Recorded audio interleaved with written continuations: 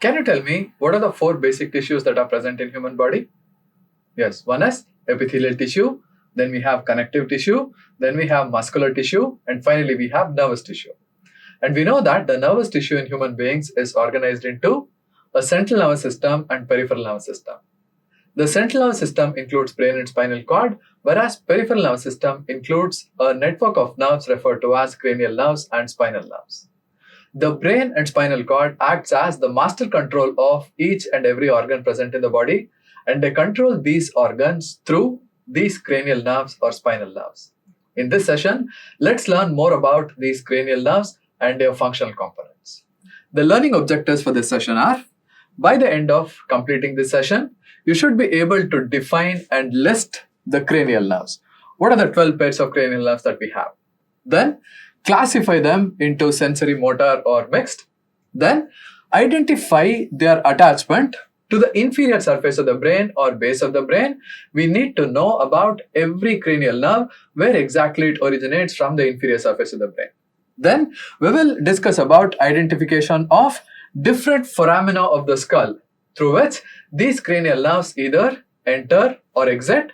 Then, you need to describe the development of the functional columns of cranial nerves.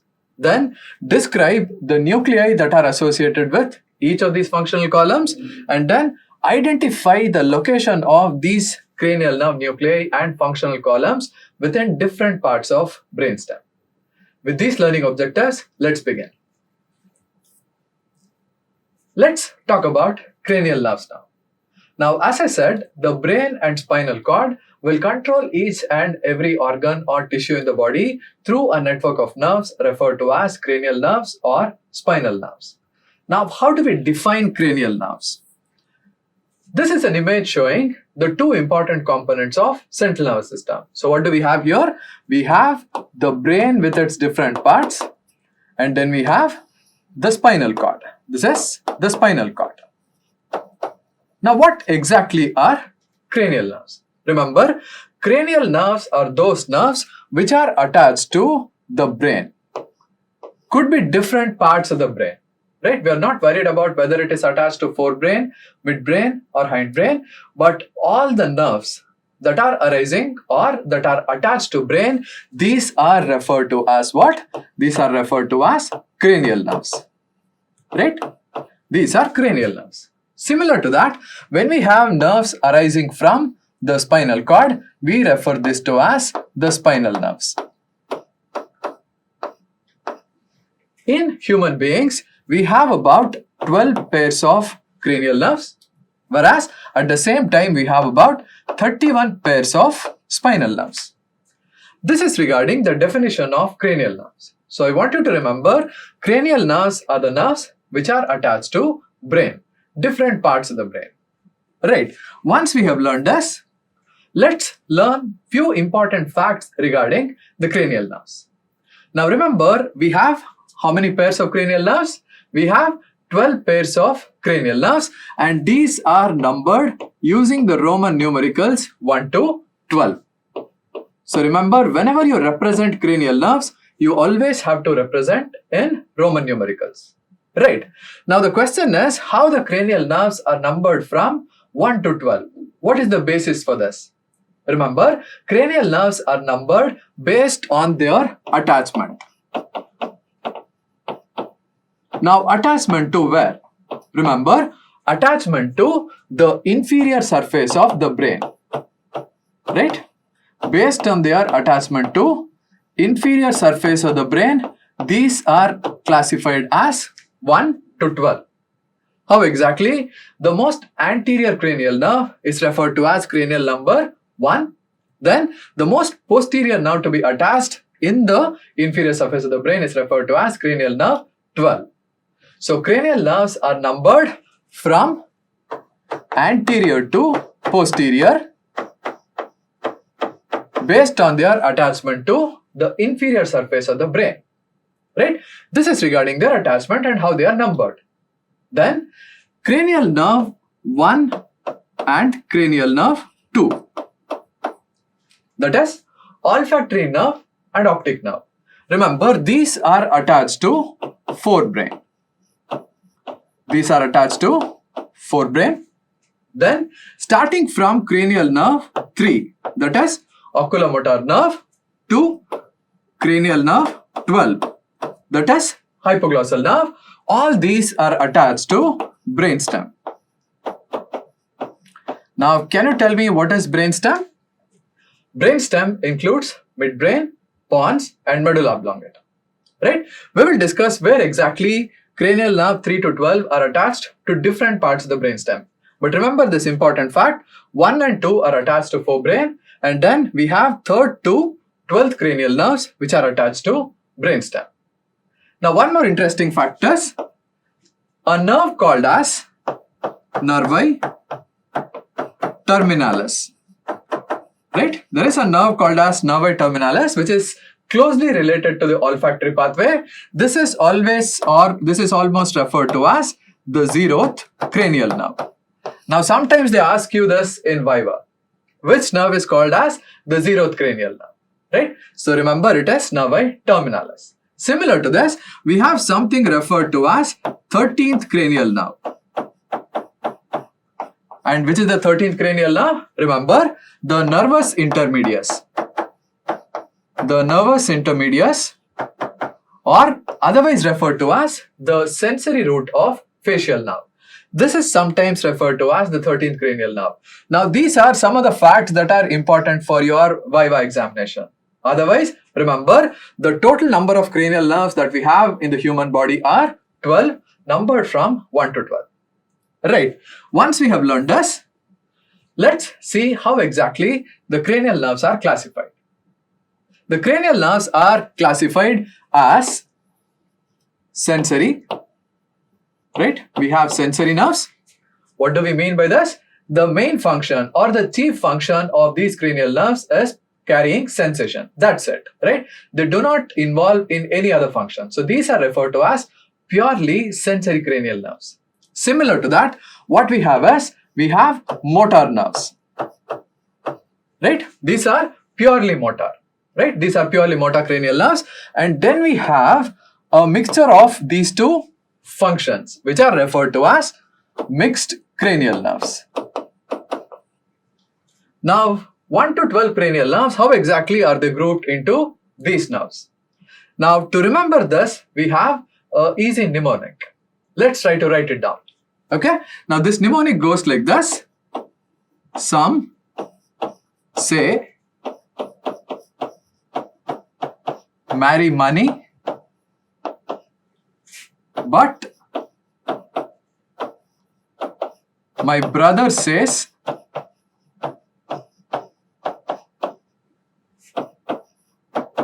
big brains matters most.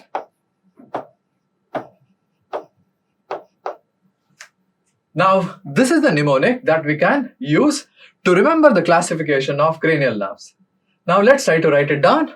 So, we have the first cranial nerve, the second, we have the third, then we have the fourth, we have the fifth, sixth, we have seventh, eighth cranial nerve.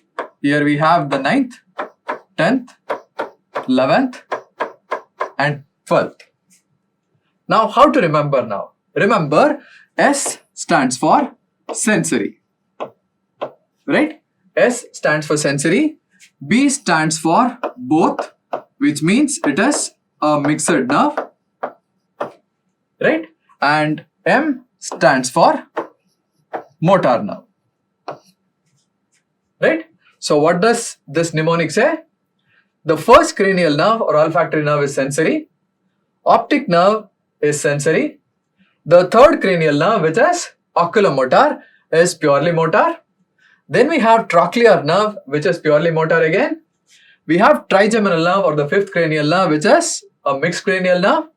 Then we have the sixth cranial nerve or the abducent nerve, which is again a purely motor nerve. We have the seventh cranial nerve, which is mixed. We have the eighth cranial nerve or the vestibulocochlear nerve, which is purely sensory again. Then we have the glossopharyngeal nerve, which is mixed. we have the vagus nerve or the 10th cranial nerve, which is mixed again.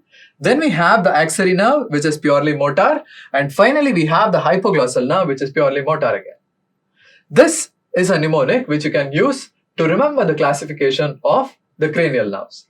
So can we regroup the cranial nerves into sensory, motor and mixed nerve? So based on this, we have the olfactory nerve, which is sensory, purely sensory. Then we have what? The optic nerve. And which is the next sensory nerve? We have the 8th cranial nerve, that is the vestibulocochlear nerve. And anything else? None, right? So these three are the pure sensory nerves. Now similar to this, let's talk about, or let's list the motor nerves. So the first motor nerve we have here is the oculomotor nerve. Then we have the trochlear nerve, right? Then we have the abducent nerve or the 6th cranial nerve. And then we have the 11th and the 12th cranial nerve, which are axillary nerve and hypoglossal. So we have the 11th and we have the 12th, right? Then let's talk about the mixed cranial nerves. The mixed cranial nerves begin with the trigeminal nerve, right? We have the trigeminal nerve, and then we have the 7th cranial nerve or the facial nerve.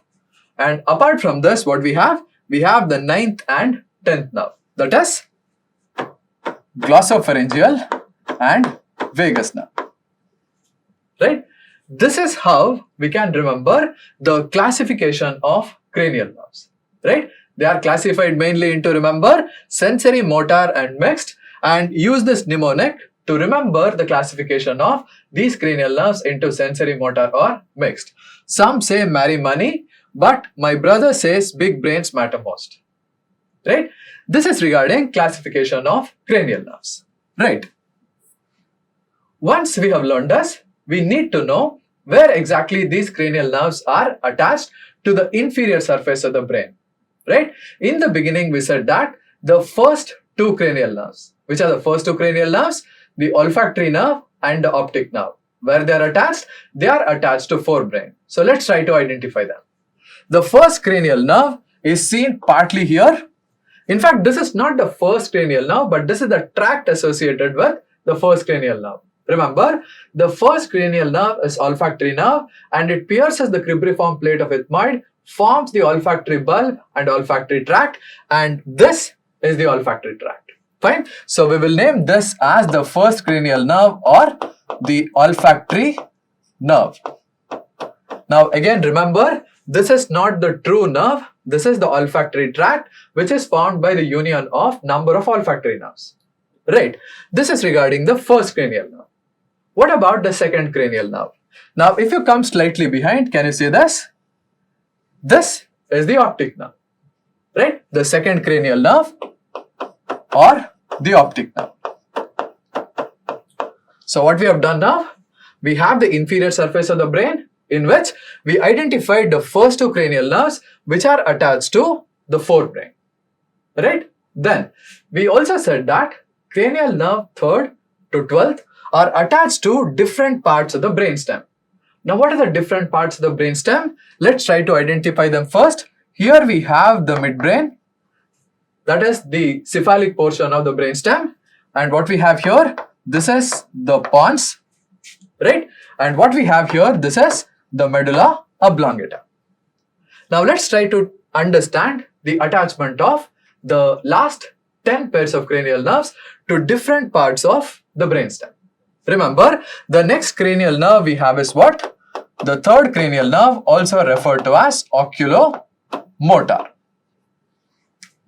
Right? Now, where exactly the oculomotor nerve is attached? Remember, oculomotor nerve attaches to the ventral aspect of the midbrain. I'll repeat again. Oculomotor nerve is attached to ventral aspect of midbrain. Then what about the 4th cranial nerve or the trochlear nerve? Remember, the trochlear nerve is also attached to the dorsal aspect of the midbrain, but the only difference between oculomotor nerve and the trochlear nerve is oculomotor nerve arises from ventral aspect of the midbrain, whereas trochlear nerve, remember, arises from the dorsal aspect.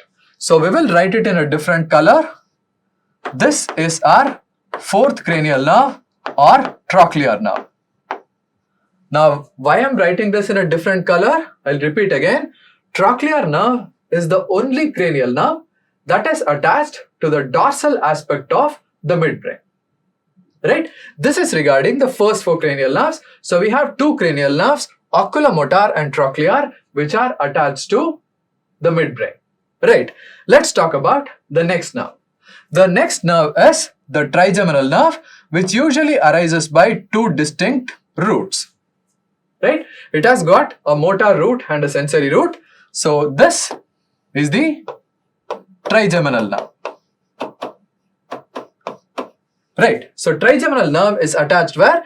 It is attached to the ventral surface of the pons. Right. Then we have a landmark area here. Now, can you identify this? This is known as the pontomedullary junction. So we will call this as pontomedullary junction, which represents the union or junction between the pons and the medulla. Now this junction will give attachment to three important cranial nerves. Now let's try to understand what are they. There is one cranial nerve medially, then there is one in the middle, which again arises by two roots, then there is one laterally. Now what are these? Remember, this is the sixth cranial nerve, this is the seventh cranial nerve, and here we have the eighth cranial nerve.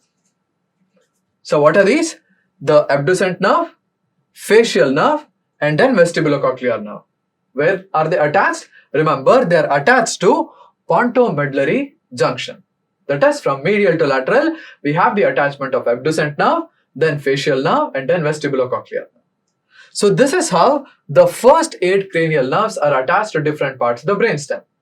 Now we are left with cranial numbers 9 to 12. Right? Now where exactly these cranial nerves, the last 4 cranial nerves are attached? Remember, the last 4 cranial nerves are attached to medulla oblongata.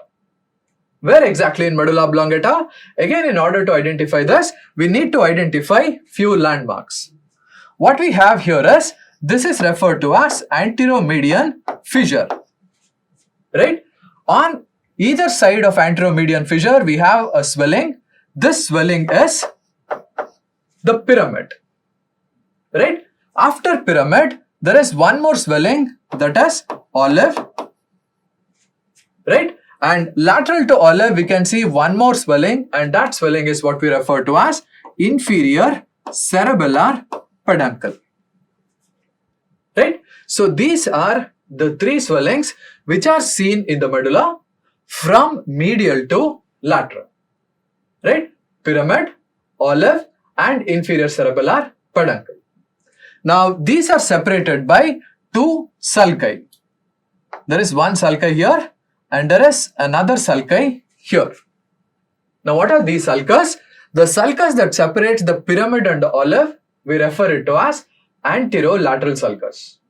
The sulcus that separates the olive and the inferior cerebellar peduncle, that is referred to as posterolateral sulcus.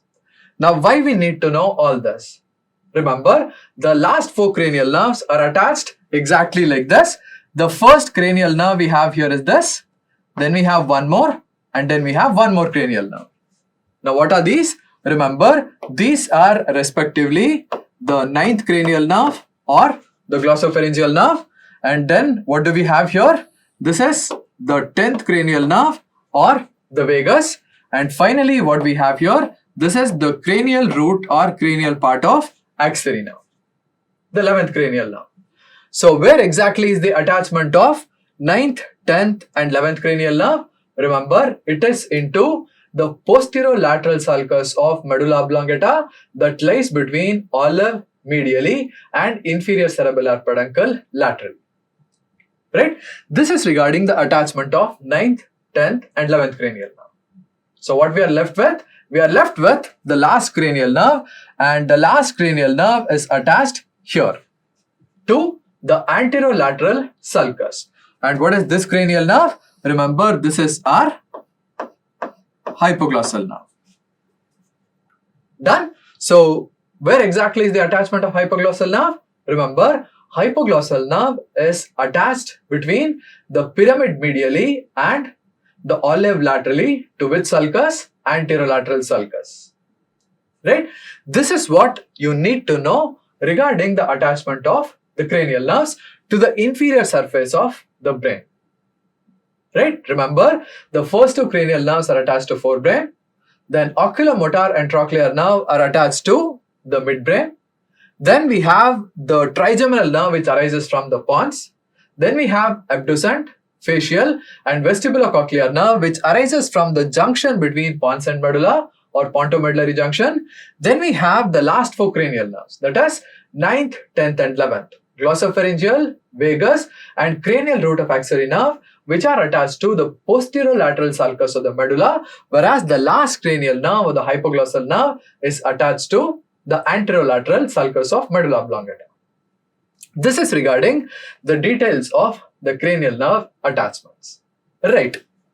Once we have learned this, how these cranial nerves will leave the skull or enter the skull.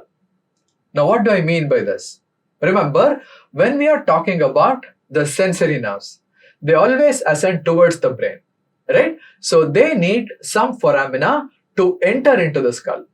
When we are talking about motor nerves, right? These motor nerves have to leave the skull before they supply their target organs, right? That is why they also need some foramina to leave the skull and supply target organs. So how exactly these 12 cranial nerves either enter or exit the skull? Let's try to appreciate this using the interior of the skull. Now, this is an image showing the interior of the cranial base, and we know that this is divided into distinct fossas. So we have the anterior cranial fossa, the middle cranial fossa, and the posterior cranial fossa. Let's try to understand how exactly cranial nerves pass through this interior of the skull. First cranial nerve. What do we have the first cranial nerve as? The olfactory nerve. And what kind of nerve is olfactory nerve? As we said, olfactory nerve is a sensory nerve. How exactly it passes through the skull? Remember, it passes through this region. Now, can you tell me what is this plate which is lying in the anterior cranial fossa and shows a lot of openings or sieves? Yes, this is the cribriform plate of ethmoid. So this is the cribriform plate. So the first cranial nerve enters the skull by passing through the cribriform plate of ethmoid. Right, this is regarding first cranial nerve. What about the second cranial nerve? Remember, the second cranial nerve is the optic nerve. Right? So we have the optic nerve. And how exactly optic nerve will enter the skull? Can you identify this foramen? What is this foramen or opening? Now this is the optic canal. Right? So the second cranial nerve or optic nerve will enter through the optic canal. What about the third cranial nerve? Remember, the third cranial nerve, oculomotor, the fourth cranial nerve, which is the trochlear nerve, and the sixth cranial nerve. Right? These cranial nerves supply extraocular muscles. That is oculomotor nerve, trochlear nerve, and then abducent nerve. They supply extraocular muscles, so they have to reach the orbit. And how do they reach the orbit? They reach the orbit by passing through a fissure or a foramen which is present deeper in this region. Right? Now, what is that fissure? Remember, we refer this fissure to as the superior orbital fissure. So, what cranial nerves will pass through the superior orbital fissure? You can remember this as the third cranial nerve or the oculomotor nerve. Then we have the fourth cranial nerve or the trochlear nerve and the sixth cranial nerve or the abducent nerve. Right? Again, I'll repeat. The anatomical basis for passage of these three cranial nerves through superior orbital fissure is they ultimately have to supply the extraocular muscles. So all three cranial nerves, third, fourth and sixth, they pass through the superior orbital fissure. Right. This is regarding 1, 2, 3, 4 and 6. Now, where did the fifth cranial nerve go? Remember, the fifth cranial nerve or trigeminal nerve is further subdivided into V1, V2 and V3, which is the ophthalmic nerve, then maxillary nerve, and then we have mandibular nerve. Right? Now, through what foramina they pass?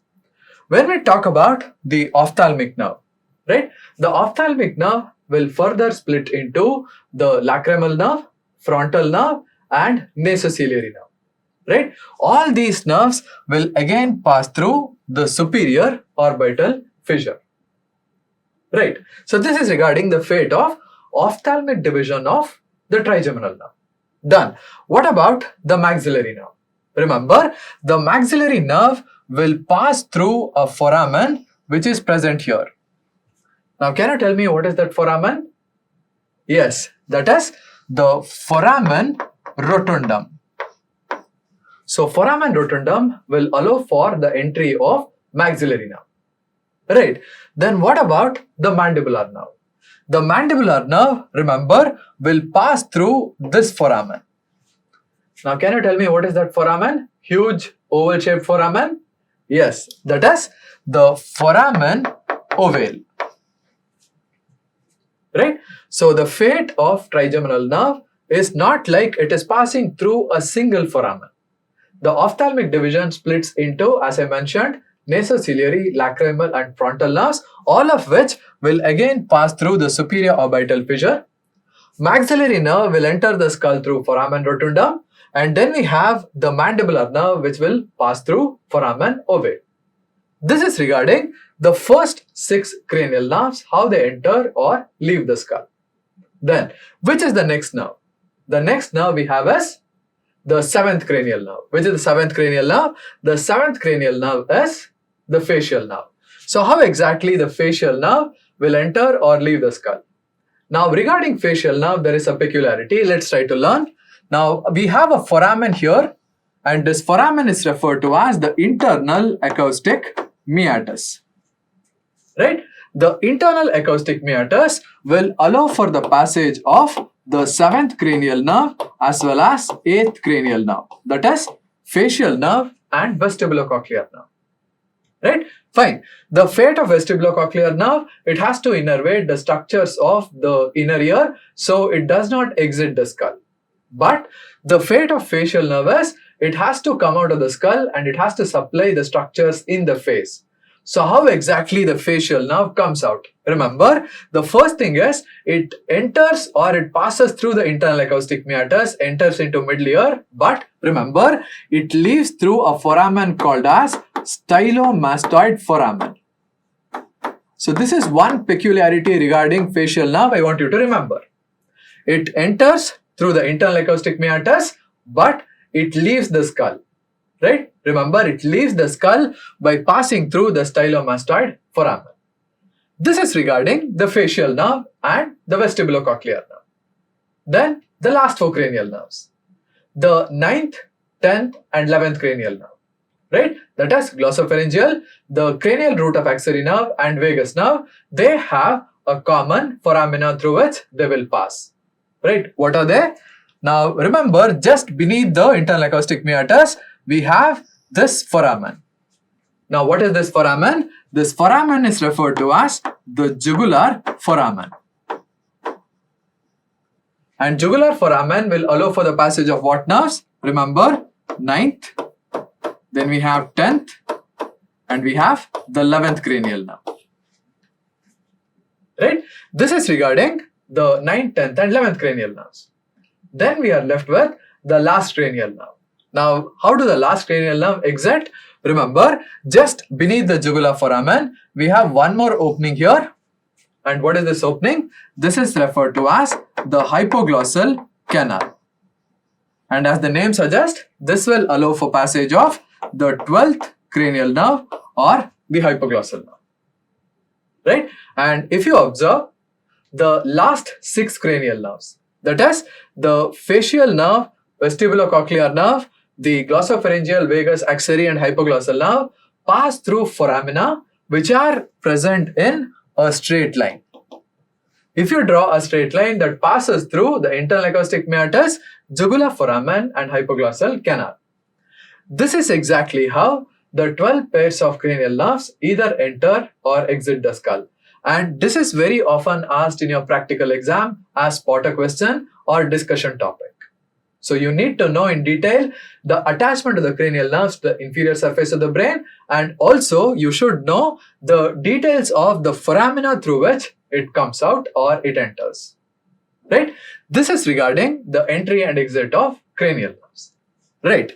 Once we have learned this, let's try to focus on the functional components of cranial nerves. Now, what do we mean by this? Remember, each cranial nerve is destined to do some important functions. Some cranial nerves are associated with a single function, whereas some cranial nerves have to perform multiple functions. Now, when they have to perform multiple functions, they need to have different kinds of nerve fibers, right? These different kinds of nerve fibers, they tend to arise from different functional columns, different nuclei. And that is what we will learn now. Now, first, let's try to understand the meaning of the term nuclei or the term functional column. Now remember, when we talk about the neuron, right? The neuron has two distinct parts, right? Imagine it has a cell body and it has processes which could be axon and dendrites. The collection of cell bodies of neurons.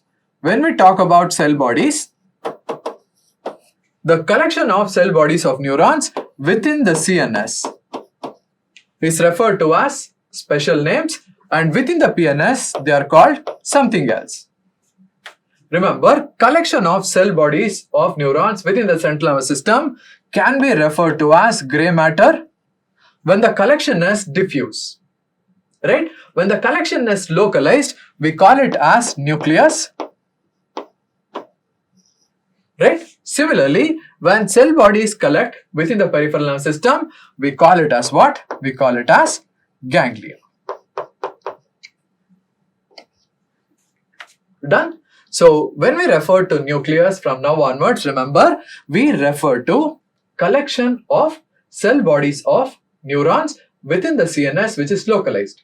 Now, when this is present as an elongated column, we refer it to as the functional column. Right? Fine. Now, in order to understand the functional columns and different nuclei of cranial nerves, we need to go back to the development of the brain. Remember, the brain develops from neural tube, right? Let's try to draw it. The neural tube has a cranial part which has 3 vesicles, right? And then it has a caudal part which is tubular. The fate of this part is clear. The caudal part of the neural tube will develop ultimately into the spinal cord. Right? That is clear. When we talk about the brain vesicles, as I said, initially there are 3 brain vesicles. These are referred to as the primary brain vesicles. Right? Now, primary brain vesicles could be, this is referred to as prosencephalon. So, this is prosencephalon.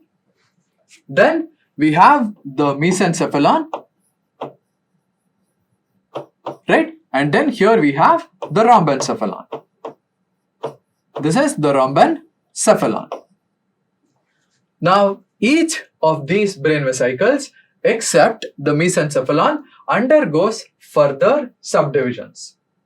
Right? And these are referred to as secondary brain vesicles. For example, the fate of prosencephalon is it divides into the telencephalon. It is divided into telencephalon and then diencephalon. Right? Then the fate of rhombencephalon is it divides into metencephalon and myelencephalon. What is the fate of these secondary vesicles? Remember, the telencephalon will ultimately give rise to the cerebral hemispheres, whereas the diencephalon forms the subcortical gray matter referred to as thalamus or hypothalamus. Then the mesencephalon will not undergo any division, so it will not form any secondary brain vesicle. Instead, it gives rise to midbrain. Right? Whereas the metencephalon will ultimately develop into pons and cerebellum. The myelencephalon will ultimately develop into medulla oblongata. Right? Now, when we talk about the brain vesicles, you need to remember what are the primary brain vesicles, what are the secondary brain vesicles, and what are the adult derivatives. From this, we can conclude that when we talk about brainstem, right? The brainstem, as we said, includes midbrain, pons, and medulla oblongata. They develop from mesencephalon and the myelencephalon part of the rhombencephalon, including the pons which develops from metencephalon. Now, why we are discussing all this? When we talk about the functional columns, remember the functional columns are present only for cranial nerve starting from 3rd to 12th. We do not define cranial nerve nuclei or functional columns for olfactory nerve and optic nerve. Right? So, oculomotor to hypoglossal nerve will have functional columns and will have nuclei related to them in the brainstem. That is midbrain, pons, and medulla. Right? Fine. Now, once we have done this, imagine if we are taking a cross section here at rhombencephalon, that is metencephalon or myelencephalon, how does it look? Let's try to draw it. Now, the cross section of neural tube will look something like this. It has a peripheral wall, then it has a lumen. The lumen of neural tube will ultimately give rise to ventricles in terms of the brain. When we talk about spinal cord, the central canal, it persists as the central canal of the spinal cord. Whereas the wall of the neural tube is the one which will give rise to the nuclei and the different tracts arising from them. Fine. As the development progresses, some changes appear within the central canal. Now, what is it? The round-shaped central canal now becomes rhomboid-shaped by the appearance of a groove. We will label the groove. So, this is how the neural tube looks like now. So, from this stage, it passes to this stage where we have the appearance of a groove, and this groove is referred to as the sulcus limitans. Right? Now, sulcus limitans divides the developing neural tube into two parts. Right? The ventral part is motor. So, this is referred to as the motor plate, and the posterior part becomes sensory. So, this is referred to as the sensory plate. Right? So, this is how the section of brain vesicle will look if you take a section at the mesencephalon or any part of rhombencephalon. Further, what happens is with the development of fourth ventricle, right? With the development of the fourth ventricle, there is an expansion of the entire neural tube. How does this expansion occur? Imagine you are cutting through this part of the neural tube and splaying it open, right? Just like you open the book, right? What happens to this section of the neural tube is it looks something like this now.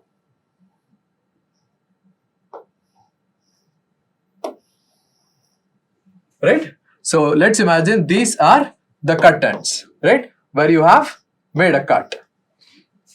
Truly this cut not will happen, but what happens is this lumen of the neural tube will expand to form the fourth ventricle, and that will give rise to the formation of the neural tube, which appears like this now, right? So imagine this is what? This is the sulcus limitans. This is what? This is the motor plate, and this is the sensory plate. Are we clear? To understand the functional columns of cranial nerve nuclei, understanding formation of this section of the neural tube is very important. Hope this is clear now, right? Fine.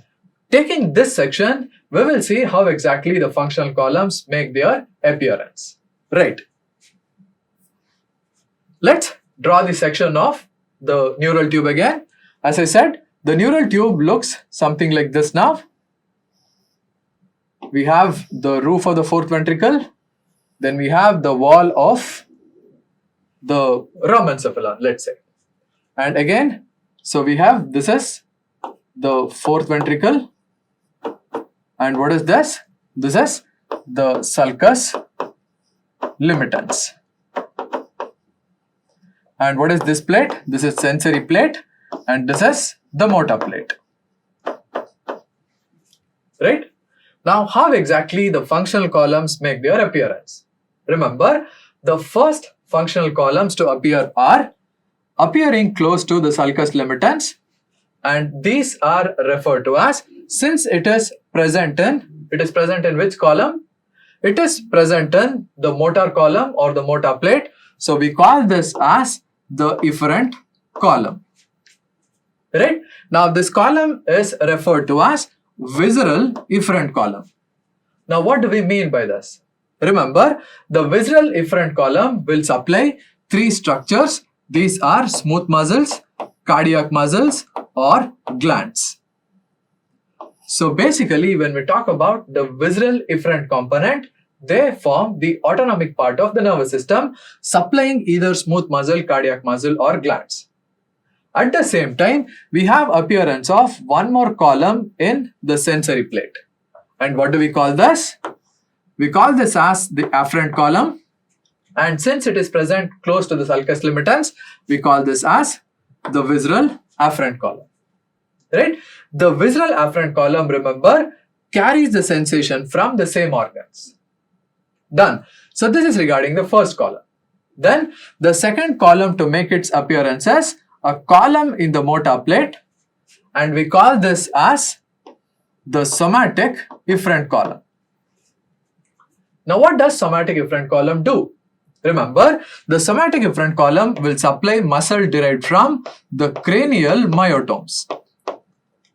Cranial myotomes or cranial somites. Right? In the head and neck region, the muscles derived from cranial myotomes include the extraocular muscles mainly. Right? Fine. This is regarding the somatic efferent column. Similar to that, we have one more functional column that appears here, and what do we call this now? This is referred to as the somatic afferent column. Right? Somatic afferent column is responsible for carrying cutaneous sensation from the same structures which are derived from somites. Right. So this is regarding the somatic afferent column. Done. Once this development occurs, simultaneously we have the development of branchial arches which is going on simultaneously. Right. Now development of branchial arches requires a special functional column to supply the structures derived from it. And for this, we have the third column that appears, and we will call this column as the visceral efferent column. Now the question is, we have already a visceral column, right? A visceral efferent column. So they look like the same, right? Now for this, what we do is, we call this column as the special visceral efferent column. Right? What is the function of special visceral efferent column now? Remember, special visceral efferent column is concerned with supplying the muscles which are derived from branchial arches. Right? So once we have special visceral efferent column which develops with the development of branchial arches and supplies the muscles of the branchial arches, we call this column as special visceral efferent. So once we have the special column, we can now call this as general visceral efferent column and this as general somatic efferent column. This is how we have the formation of the efferent columns or the motor columns. So we have the general visceral efferent column which will supply the smooth muscle, cardiac muscle or glands and forms the autonomic component of the nervous system. We have the special visceral efferent column which supplies the muscles derived from branchial arches, and then we have the general somatic efferent column which will supply the muscles derived from the cranial myotomes. Similar to this, the branchial arches also need afferent fibers, and in order to do this, we have one important functional columns appearing here, and we call this as the visceral afferent column. Now again, we have the confusion. We have two visceral afferent columns. So we call the visceral afferent column that carries the sensation from the branchial arches as the special visceral afferent column. And remember, the special visceral afferent column is concerned with carrying taste sensation from the tongue. Right? So once we have the special visceral afferent column, so we can call this as general visceral afferent, and then we can call this as general somatic afferent. So the sensory plate, again, we have three functional columns. General visceral afferent column, which would carry the sensation from the viscera. We have special visceral efferent column, which will carry taste sensation. Then we have general somatic afferent column, which is responsible for carrying general sensation or cutaneous sensation from head and neck region. In addition to all this, the sensory plate will have one more additional column, and we call this as the special somatic afferent column, but this is exclusively related with the 8th cranial nerve, where we have the vestibular nucleus and cochlear nucleus representing only this cranial nerve. We have one single column. Right? This is how the 7 functional columns are formed.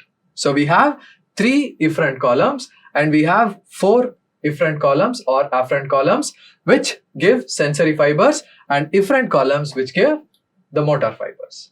Right? So each cranial nerve may contain a single functional column or multiple functional columns depending on its functions. Let's try to learn about these functional columns and what cranial nerve nuclei they represent.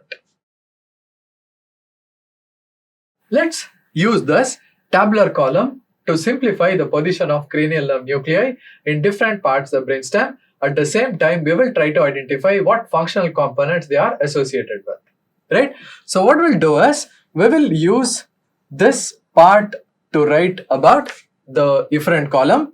So we will write all efferent columns here, and then we will write all afferent columns here. Okay, so these will be afferent columns. So what does this represent? Let's say this represents the sulcus limitans. And then here on this side, what we'll do is, we will write the midbrain, pons, and then the medulla oblongata. Right? The 3 parts of brainstem from cranial to caudal. Let's always begin with the columns which are present on either side of sulcus limitans. For example, in efferent column, this is general visceral efferent column, whereas in afferent column, this is general visceral afferent. Remember, the general visceral afferent column and special visceral afferent column are represented by same nucleus, so we will write this under single column. So we have general visceral afferent and we have special visceral afferent. Right. Then what about the next columns? The middle column always belongs to the branchial arches. Right. So what we have here is the special visceral efferent column. But we have already mentioned special visceral afferent column and general visceral afferent column under a single column because it is represented by a single nucleus. Right? So what we have as the next column, we have the general somatic afferent column. What about the last functional columns? We have the special somatic afferent column, which is unique to the sensory plate, and here we have the general somatic efferent column. Done? So let's try to identify the nuclei that are associated with these functional columns. We will begin with the special somatic afferent column, which is concerned with the vestibulocochlear nucleus. So what nucleus it has? Remember, it has a cochlear nucleus and then it has a vestibular nucleus, which is mainly located in the caudal part of the pons and the medulla oblongata. Fine. So what we have here is, this is the cochlear nucleus and let's say this is the vestibular nucleus, both of which are attached or associated with the 8th cranial nerve. Right. What about the general somatic afferent column? Remember, we said general somatic afferent column is concerned with carrying general sensation or cutaneous sensation from the head and neck region. And can you tell me which nerve is concerned with carrying cutaneous sensation from the head and neck region? It is the trigeminal nerve. And the trigeminal nerve has different sensory nucleus. For example, it has something referred to as mesencephalic nucleus. Right? So we call it as the mesencephalic nucleus.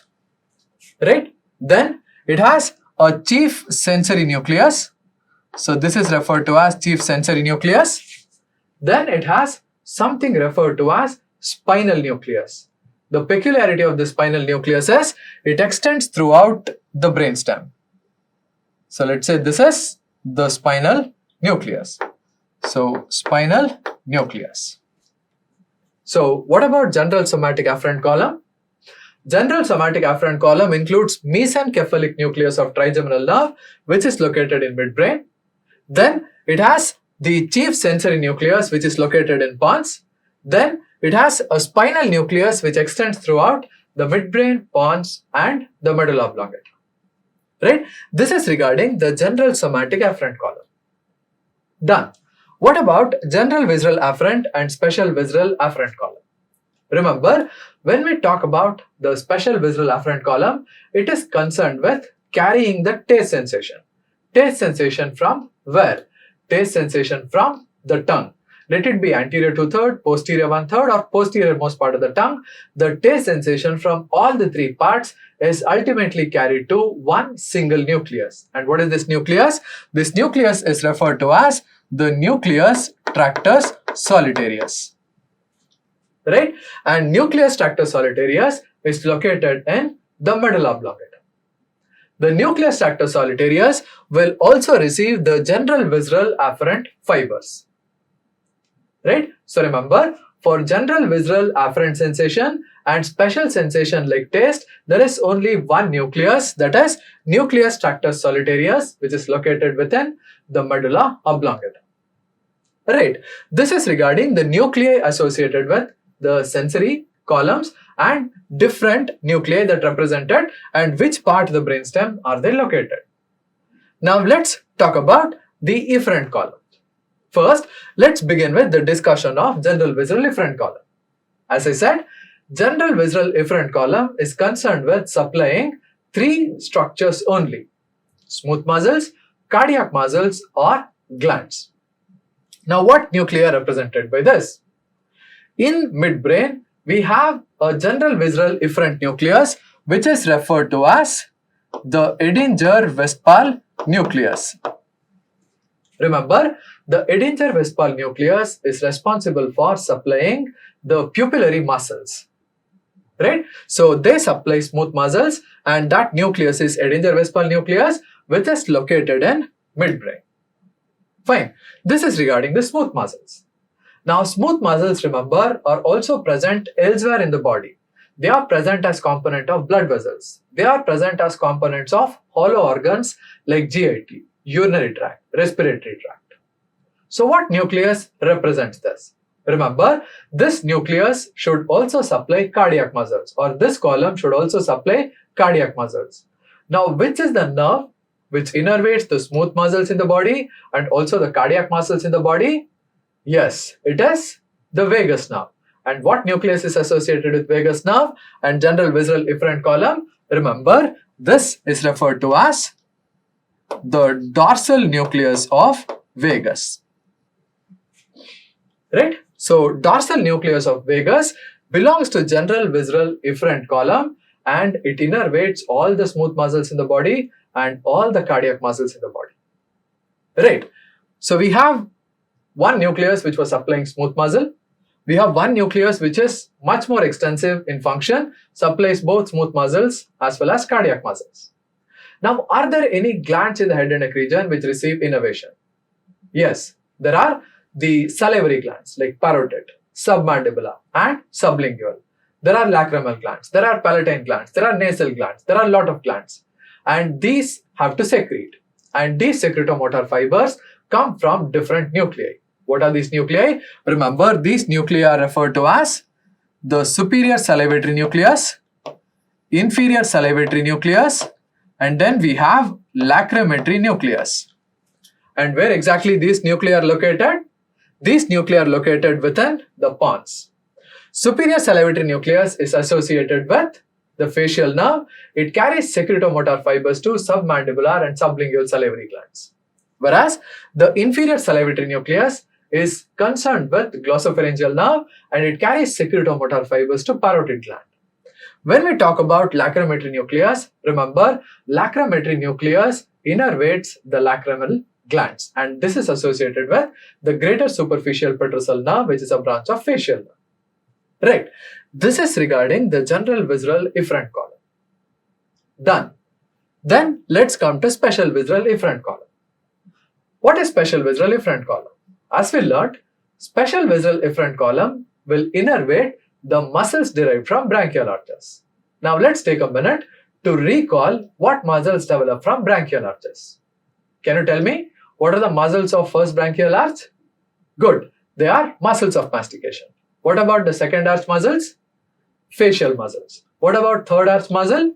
Stylopharyngeus. What about fourth and sixth arch? These are the cricothyroid, and then we have all the muscles of the larynx and pharynx. Right? So what is the nerve of the first arch? Nerve of the first arch is mandibular nerve, which will supply all the muscles of mastication. So what nucleus should be associated with this nerve? Now remember, mandibular nerve is associated with the trigeminal nerve. And for trigeminal nerve, we already identified 3 cranial nerve nuclei. What are they? One is the mesencephalic nucleus, chief sensory nucleus, and spinal nucleus, all of which were sensory.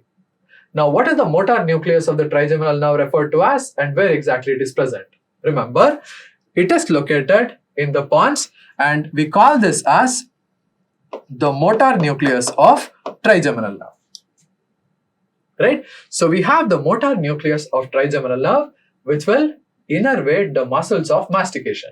And this is present in pons and belongs to special visceral efferent column. Similarly, when we talk about the second arch muscles, the second arch muscles are the muscles of facial expression and they are innervated by facial nerve. So what nucleus represents it? Remember, it is represented by the motor nucleus of facial nerve. So this is for the trigeminal nerve and this is for facial nerve. Both the nuclei, remember, are located in the pons. Right. Then what about rest of the muscles? Remember, the third arch muscle is stylopharyngeus, which is supplied by glossopharyngeal nerve. Then we have the fourth and sixth arch muscles, which are the muscles of larynx, which are basically innervated by either cranial part of axillary nerve or vagus nerve. For all these muscles, starting from stylopharyngeus, muscles of the larynx, there is one common nucleus and we refer this nucleus to as nucleus ambiguus. And nucleus ambiguus, as we see, is situated within the medulla oblongata. Remember, nucleus ambiguus is a common nucleus which will innervate the stylopharyngeus and also the muscles of larynx. Done. This is regarding special visceral efferent column. The last column that we are left is general somatic efferent column. Remember, general somatic efferent column will supply the muscles derived from the cranial myotomes.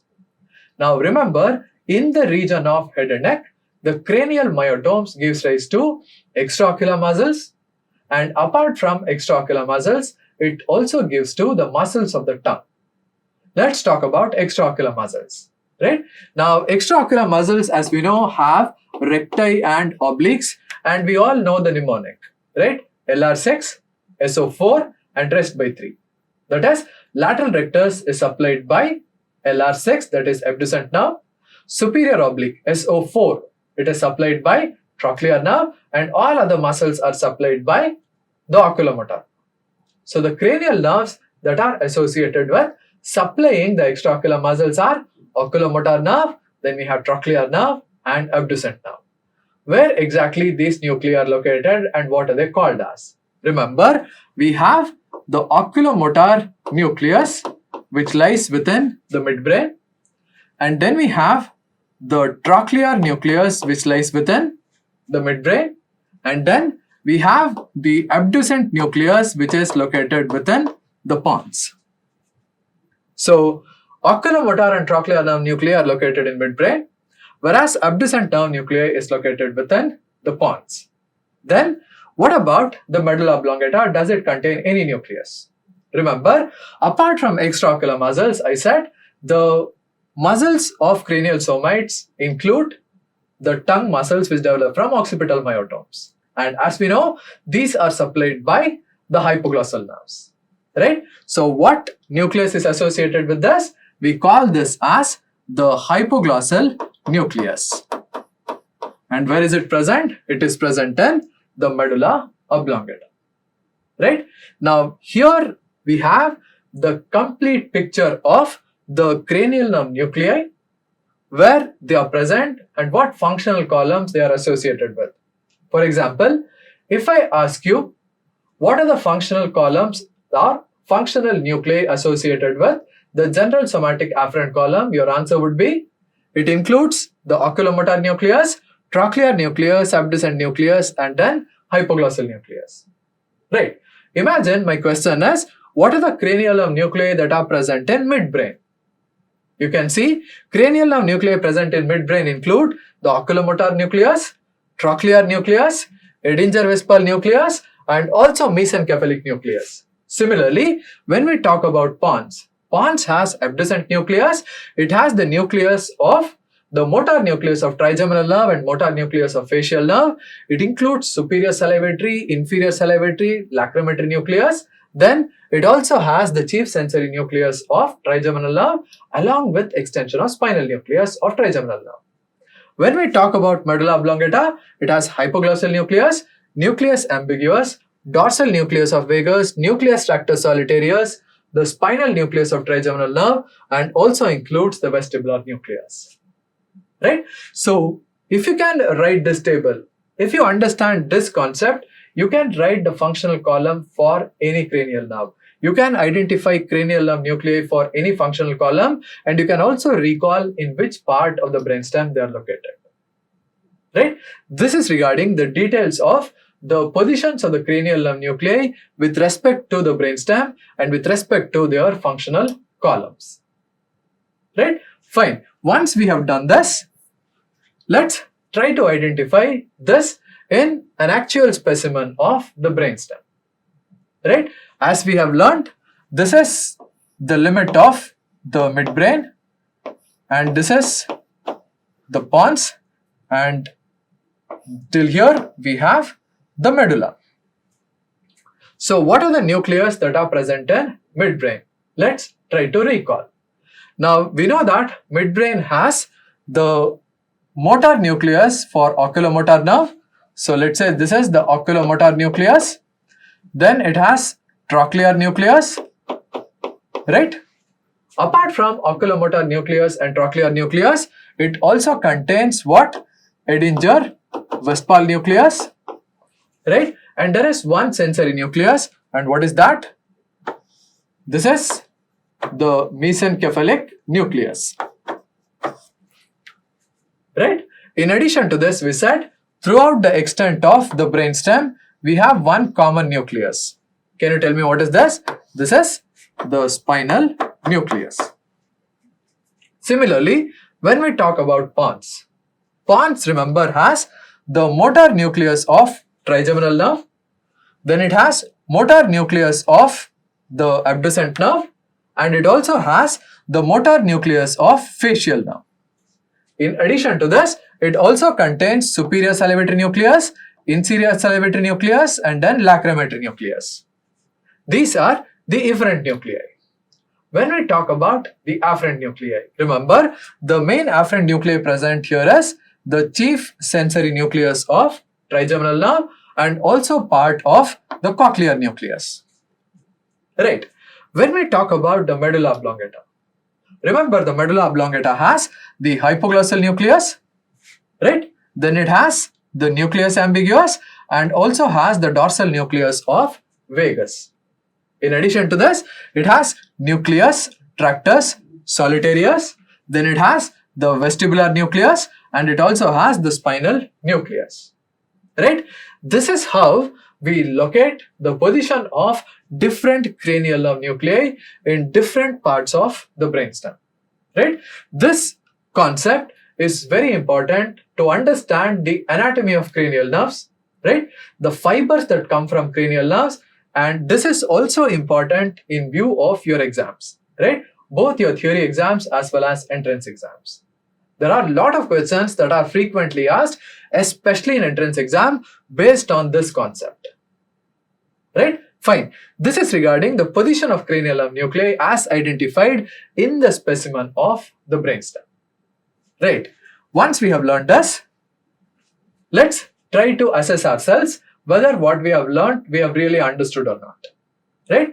To do this, what we'll do is we will select one cranial nerve and we will try to identify the functional components present in it, right? For example, let's start with a simple nerve, okay? We'll take the trochlear nerve. Now, help me in identifying the functional components that are present in trochlear nerve. In order to do this, the first thing you need to remember is whether trochlear nerve is sensory, motor, or mixed, right? Now, recall the mnemonic. Some say marry money, but my brother says big brains matter most. Based on this, we say trochlear nerve is purely motor. So when we write the functional columns, okay? Now let's say here are the functional columns: general somatic efferent, then we have special visceral efferent, and then we have general visceral efferent, right? When we talk about the afferent columns include general visceral afferent, special visceral afferent, we have general somatic afferent, and special somatic afferent. Now, once I say that the trochlear nerve is purely motor, these columns are ruled out. So it will not contain sensory columns. What about these efferent columns? Which efferent column is associated with trochlear nerve? Now let's try to recall what is the function of trochlear nerve. Trochlear nerve supplies superior oblique, which is one of the extraocular muscle. And we know extraocular muscles are derived from cranial somates, right? Now, if they are derived from cranial somates and trochlear nerve is innervating this muscle derived from cranial somate, it should be represented by which functional column? Yes, it is the general somatic efferent column, right? Now, will it supply any muscle derived from branchial arch? No. The mandibular nerve, then facial nerve, glossopharyngeal nerve, and vagus nerve, these are the only 4 cranial nerves that are concerned with supplying the muscles derived from branchial arch. So there is no special visceral efferent column. Then, will it supply any smooth muscle, cardiac muscle, or gland? The answer is no again. So there is no general visceral efferent column. So the only functional component associated with trochlear nerve is the general somatic efferent column, right? Fine. Now this is for one easy nerve which was like purely motor. Now let's try and do this for facial nerve, which is much more complicated. So what type of nerve is facial nerve? Facial nerve is an example for mixed nerve. So it should have both efferent component and it should have the afferent component. So we cannot rule out any component as such alone here, right? So what we'll do now is we'll try to identify each functional columns. One functional column that you can always rule out for all cranial nerves except vestibulocochlear nerve is the special somatic afferent column, which is concerned only with the vestibulocochlear nerve. Right? Done. Now let's try to identify the functional columns of facial nerve. What is the function of facial nerve? Facial nerve innervates the muscles of face, right? So what functional columns it should have? Yes, it should have special visceral efferent column. What are the other functions? Facial nerve is responsible for innervating the submandibular and sublingual salivary glands and also the lacrimal gland. So what functional column it should have? What column carries secretomotor fibers to glands? It is general visceral efferent column. Right.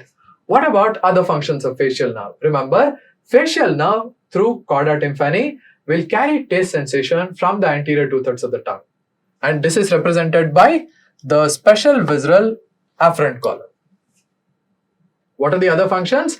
Facial nerve also carries small area of cutaneous sensation from the external ear, which is carried by the general somatic afferent column. So it should have a general somatic afferent column. Right?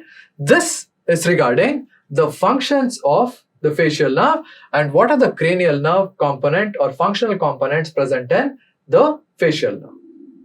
Right? So what are the columns that are not present?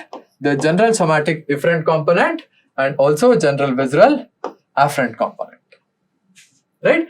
This is how we arrive at the functional components present in each cranial nerves. Once you know the function of cranial nerves, arriving at these functional components becomes a lot easier. So there is no need to mug up the functional components present in each cranial nerve. Instead, you understand the concept behind how these functional columns are organized, you will get the answer. Right? Fine. Let's try to quickly summarize now. We learned that there are 12 pairs of cranial nerves, out of which the first 2 pairs are attached to the forebrain, the last 10 pairs are attached to the brainstem. And these cranial nerves can be grouped as sensory, motor or mixed. When we see the inferior surface of the brain, as we have seen here, we have the olfactory nerve which is attached to the forebrain. Then we have the optic nerve, right? Then we have the oculomotor nerve which is attached to the midbrain. Then we said trochlear nerve is the only cranial nerve which emerges from the dorsal aspect of the midbrain. Then we have the trigeminal nerve which was arising by 2 roots which was attached to the ventral surface of the pons, and close to pontum medullary junction we had 6th, 7th and 8th cranial nerves. That is abducent, then we had facial and vestibulocochlear. To the medulla oblongata, in the posterior lateral sulcus we had the glossopharyngeal, then we had the vagus and the cranial root of axillary, which was attached to posterior lateral sulcus present between the olive and inferior cerebellar peduncle, and then we had the hypoglossal nerve which was attached to the anterior lateral sulcus between the pyramid and the olive. This was regarding the attachment of cranial nerves and classification. Then we learnt about the exit or entry of these cranial nerves. We learned that the first cranial nerve passes through the cribriform plate of ethmoid. The second cranial nerve passes through the optic canal. The third, fourth and sixth cranial nerves, they pass through the superior orbital fissure. Then the trigeminal nerve divides into 3 divisions. What are they? Ophthalmic, maxillary and mandibular. Ophthalmic division splits into nasociliary, lacrimal and frontal, which again passes through the superior orbital fissure. Then we have the maxillary division that passes through the foramen rotundum, which is present in front of foramen ovale. Then we have the mandibular nerve, which passes through the foramen ovale. Right? This is regarding the first 6 cranial nerves. Then we talked about the facial nerve entering through the internal acoustic meatus along with vestibulocochlear nerve, and we also learned that the facial nerve comes out of the skull through stylomastoid foramen. Just below the internal acoustic meatus, we have the entire jugular foramen, which will allow for passage of the 9th, 10th and 11th cranial nerve, glossopharyngeal, vagus and axillary nerve. And lastly, we had the hypoglossal canal, which was lying right below the jugular foramen, and that would give rise to the exit of the hypoglossal nerve. After this, we learnt about the functional components of cranial nerves, where we said the cranial nerves will have 7 functional components: general visceral efferent component, special visceral efferent component, general somatic efferent component. These are the efferent columns. Then for afferent columns we had general visceral afferent, special visceral afferent, general somatic afferent and special somatic afferent. We discussed the different parts of the brainstem, midbrain, pons and then medulla oblongata, and how these cranial nerves are situated in this. First, we talked about special somatic afferent column, which includes the cochlear nucleus and then the vestibular nucleus, right, which is located in pons and the medulla.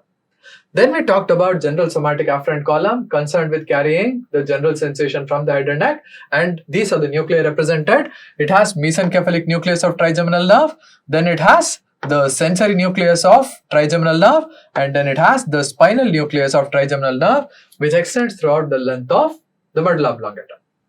Then we talked that special visceral afferent column carries taste sensation from the tongue.